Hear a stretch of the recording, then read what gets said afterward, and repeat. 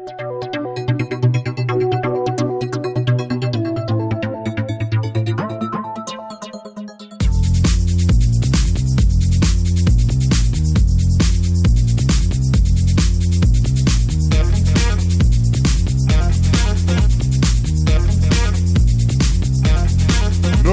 your neighbor.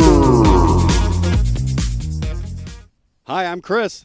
And I'm Tristan. Today on Know Your Neighbor, we are in Cleveland, Ohio at the Cleveland Russian Festival to find out more about our Russian friends who have made Ohio their home.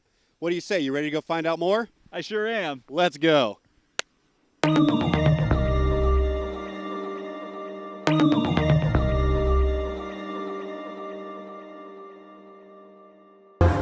Расцветали яблони и груши, поплыли туманы над рекой. Выходила Марья Катюша на высокий берег на крутой. Выходила Марья Катюша на высокий берег на крутой. Выходила, песню заводила, про земного сизого орла, про того, которого любила, про того, чьи письма берегла, про того, которого любила, про того, чьи письма берегла.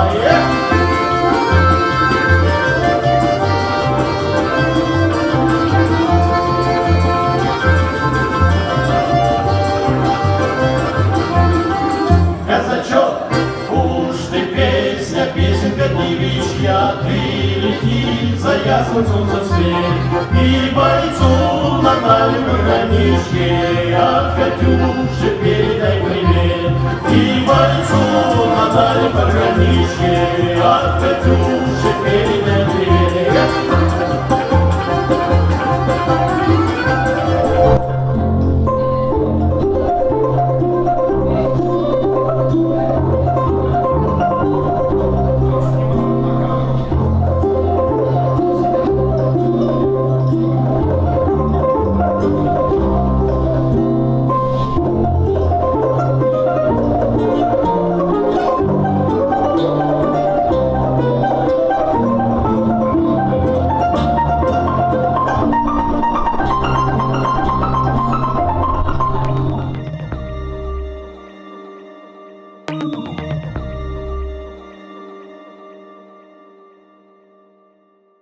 All right, we're in front of the Russian tea room. We're about to go inside and meet our friend Igor, who's going to tell us about some of the Russian cuisine they have here today at the Russian Festival. Dessert. And we're going to eat. Yes.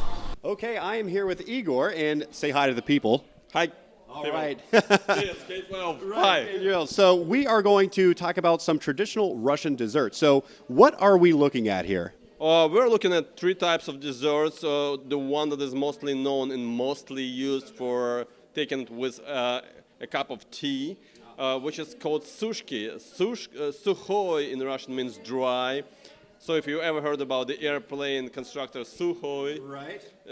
That means dry. So here are the sushki. Okay. And they are extremely dry if you kind of try them. But the way they could be consumed, it's purely personal preference. They could be either dunked in tea until they kind of soften up, or they can just be eaten just like that, just for fun. Yeah, I personally like them dry. Okay. Yeah. I could see these would be good in tea, though. They would You be, know. yep. And they come in different sizes. So this is the smallest one, probably easier to kind of munch on it. So, but normally the biggest one would be that big. We didn't get one of those. Yeah. What do you Available. What do you think, Tristan? Delicious.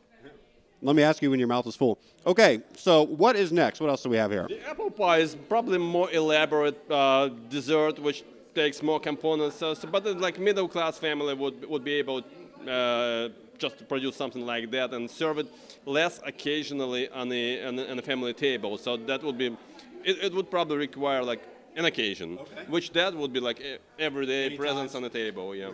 Tristan, go ahead, dig into there. One of these. What are some of the ingredients that are in this? This is very common, sort of like an apple pie that you are used to consuming here in the U.S. So there's nothing really different. Yes, it probably does resemble apple pie in some way. It could be sweeter or not as. It does. It's like the bottom part of the crust is more of a bread, though. Probably, So, yeah. Bread is a little huge more thing. hearty. Yeah, Makes sense. Yeah. And what was that called again? The peasant's pie, you said? But yeah, it's probably a fruit pie, apple pie, depending on what you stuff in. If it's apple, that would be an apple pie. There you go. Very good. Yeah. Okay, and so while he's enjoying that delicious-looking apple pie, what is the last thing we have here? Well, that thing is kind of interesting and has a lot of history behind it. So, a lot of traditions in Russia came after the Napoleonic Wars in 1812. Okay. So like French language would be an official Russian second foreign language. Any official document would be issued in both Russian and French. Oh, wow. Actually didn't know that. Yeah. And we're history teachers, so there you go. There you go. Most of the aristocracy would speak French easily, as they would have hired French native teachers. So I heard, and you can tell me if this is true or not, that actually the word bistro that the French are so famous for is actually a Russian word, like a Cossack word, because they... Not exactly. It is actually. A lot of Russian vocabulary came from France. Okay. Yeah, and the name of that cake is Napoleon, which is a very special occasion treat, which would be served on the Russian family table. But that would be probably like once or two times a year. Oh. Yeah, so what kind of occasion would this be served for?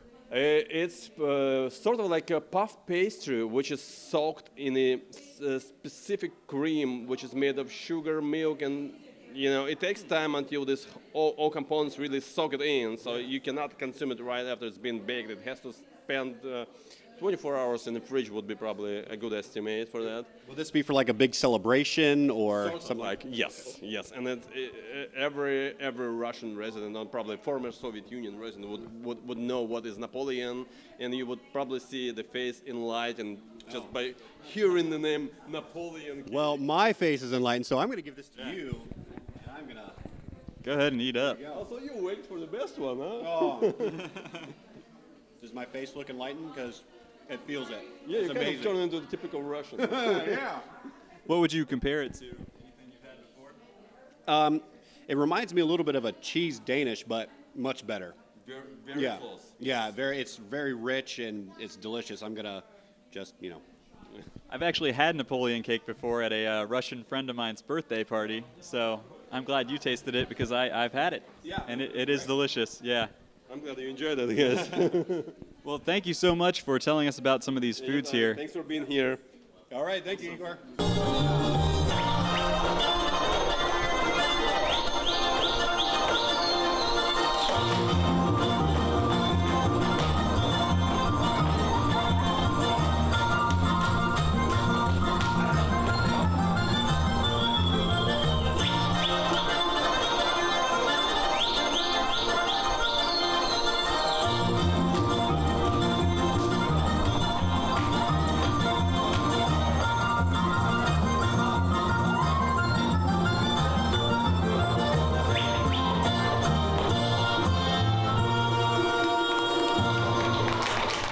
Russians to immigrate to Ohio arrived by the late 19th century. By 1900, 2,000 Russians lived in Ohio. Most of these Russian immigrants settled along Lake Erie, especially in Cleveland, where they found low-paying jobs in factories and worked as day laborers. An additional large wave of Russian migrants reached the United States after World War I, following the communist takeover of Russia in 1917. These Russians came for political reasons, and unlike earlier immigrants, they supported the old Tsar of Russia. These Russians tended to be better educated than earlier immigrants and found better paying jobs, but still tended to settle in the greater Cleveland area.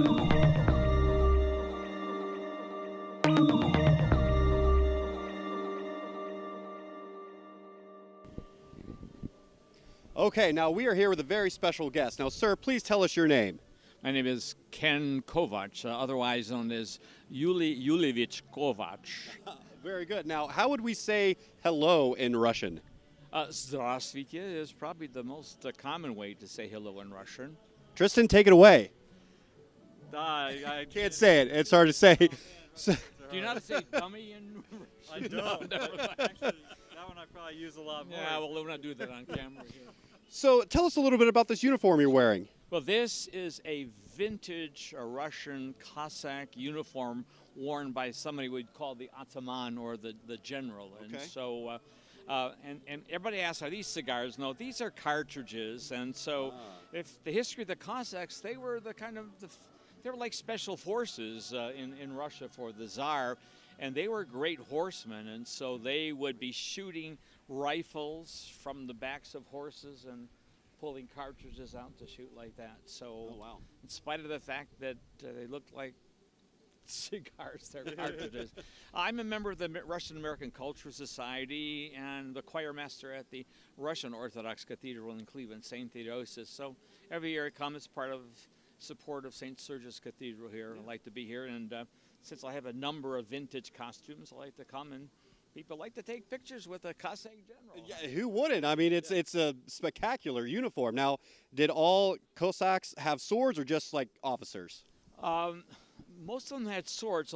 So this, there is something called a saber. Now, this is more of a dagger. Okay. Right? Swords are about that long. Right. So, but the officers would often carry daggers like this. And Looks like it would do the job. I think it would do the job very well, very well. Of course, this doesn't have an edge in it because I'm not allowed to carry sharp things. So. Right. Anyway, glad that you're here taking a look at this annual event here. And this is part of the great diversity in Northeast Ohio here. We have over 120 diverse ethnic groups here, one of everything, frankly. Right. So I'm also the president of the International Community Council. Oh, okay. So well, then I know about all this stuff. Good to know, right? So I hope you guys come and see some other festivals. We absolutely are. Well, thank you very much for your time. So the Cossacks were great horsemen. And we thought, what better way to sort of symbolize how great they were as part of this, traditional Russian culture than to have Tristan, who has never ridden a horse, ride one and probably make a fool out of himself. Tristan, are you ready? I'm as ready as I'll ever be, Chris. Let's see if you could have made the cavalry. Here we go.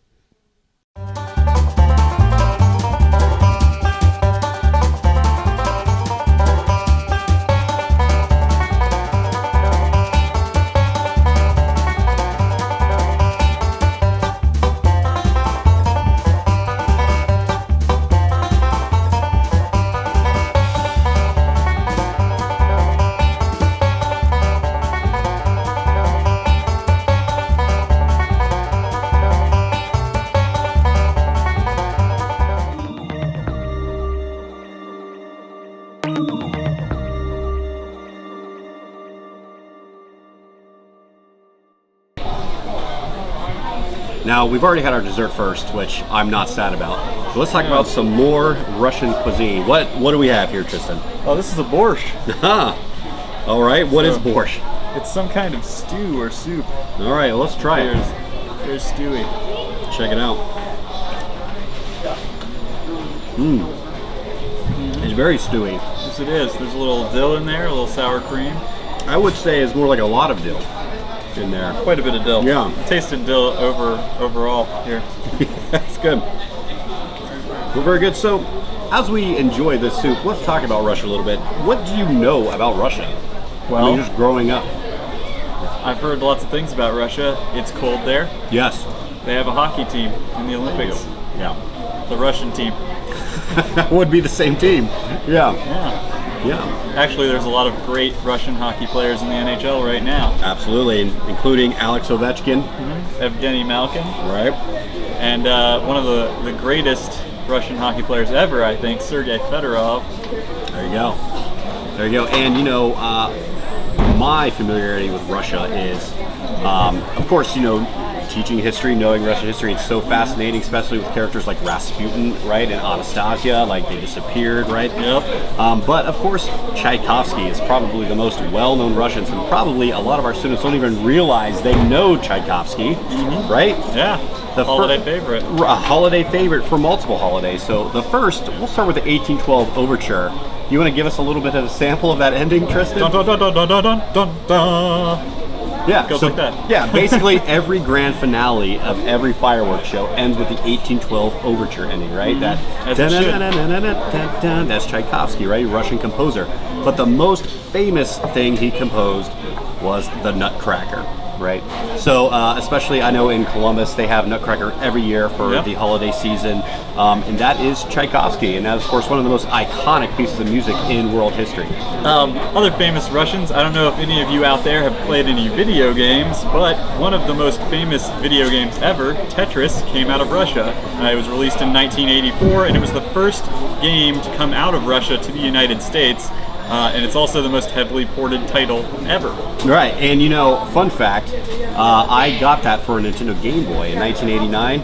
Played it all day long. Still, my favorite Christmas gift I ever received to this very day.